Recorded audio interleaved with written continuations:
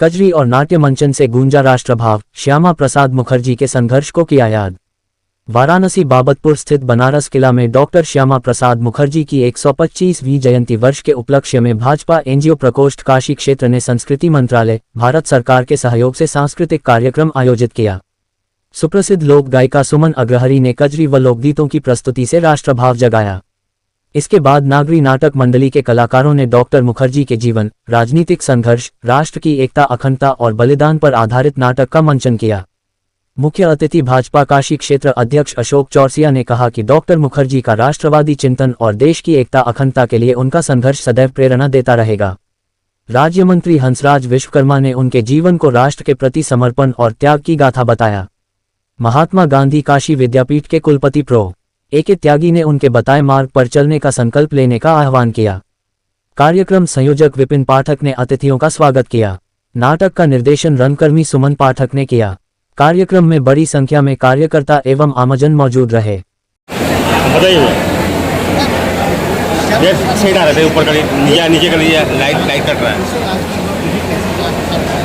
आज की युवा पीढ़ी आज सबसे पहले तो राष्ट्रवादी वक्ता, देश की एकता अखंडता के विचारक डॉक्टर श्यामा प्रसाद मुखर्जी की 125वीं जयंती पर यहाँ सभी लोग उपस्थित हैं। हमारे साथ हमारे यशस्वी काशी क्षेत्र अध्यक्ष चौरसिया जी, हमारे मीडिया के संयोजक काशी क्षेत्र इस कार्यक्रम में संयोजक है और तमाम हमारे यहाँ सभी विधायक के प्रतिनिधि, हमारे लाइट कट रहा है भैया, जनता पार्टी लाइट कट जिला के सब पदाधिकारी भाई और बहनें आए हैं। सभी लोगों को इस जयंती के शुभ अवसर पर बहुत बधाई और शुभकामना देता हूँ। और निश्चित तौर पर आज जो संघर्ष था इनका भारतीय जनता पार्टी के डॉक्टर साहब उनके साथ भी थे। निश्चित तौर पर कम समय में बहुत कम आयु में वाइस चांसलर भी बने। शिक्षा में इनका बड़ा योगदान रहा, राष्ट्र के लिए इनका योगदान रहा। पहली बार भारत सरकार में उन्होंने हम सब आज एक साथ एकत्रित हुए पंडित श्यामा प्रसाद मुखर्जी जी के सपने को आगे बढ़ाने के लिए, उनका अनुसरण करने के लिए हम सब उनके ही पथ पर चलते हैं। हमारे पूर्व वक्ता, हमारे यशस्वी क्षेत्रीय अध्यक्ष आदरणीय अशोक चौरसिया जी, हमारे क्षेत्र के हमारे पूर्व एमएलसी रहे, वर्तमान एमएलसी रहे अपने हंसराज विश्वकर्मा जी जो वर्तमान मंत्री हैं, वो भी काफ़ी इस विषय पर प्रकाश डाले।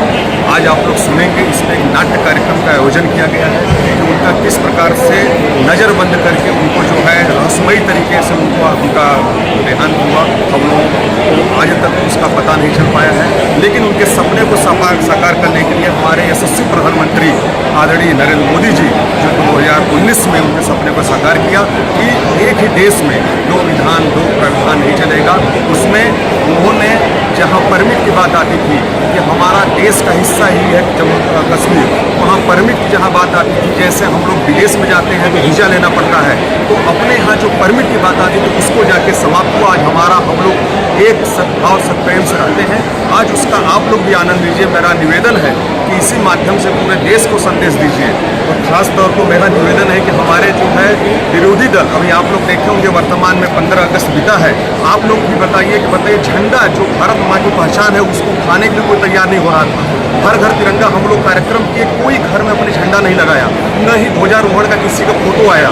तो आज 2 दिन बाद ही उसको नहीं ज़्यादा दिन मानेंगे, हम लोगों का ध्वजारोहण का कार्यक्रम चल रहा है। प्रधानमंत्री के संसदीय क्षेत्र में इस कार्यक्रम को करने के क्योंकि बंगाल में इतनी बड़ी क्षेत्र आयोजन आज यहाँ पे डॉक्टर श्यामा प्रसाद मुखर्जी जी जो कि भारतीय जनसंघ के संस्थापक थे, उनकी 125वीं वर्षगांठ चल रही है। उसी उपलक्ष्य में यह कार्यक्रम आज आयोजित किया गया है बनारस किला में। देखिए, डॉक्टर श्यामा प्रसाद मुखर्जी जी इस देश की एकता और अखंडता के लिए सबसे ज़्यादा काम किया। उन्होंने पश्चिम बंगाल का एक बड़ा हिस्सा जो कि पूर्वी पाकिस्तान में जा रहा था उसके लिए आंदोलन किया और उस हिस्से को पाकिस्तान में शामिल होने से रोका। साथ ही साथ उन्होंने अंतिम क्षण तक भारत का विभाजन न हो इसके लिए प्रयत्न किया।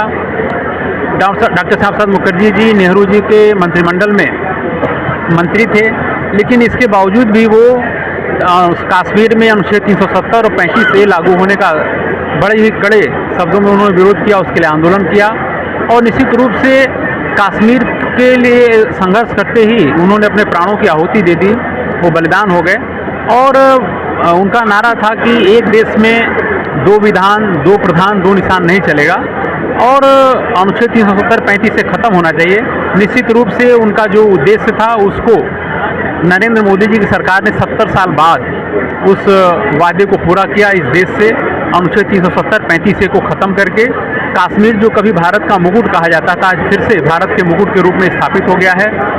और इसके साथ साथ डॉक्टर श्यामा प्रसाद मुखर्जी जी चूँकि एक महान राष्ट्रवादी थे, राष्ट्र चिंतक थे, विचारक थे, शिक्षाविद थे, हम सभी उनको आज 125वीं वर्षगांठ में कोटि कोटि नमन करते हैं।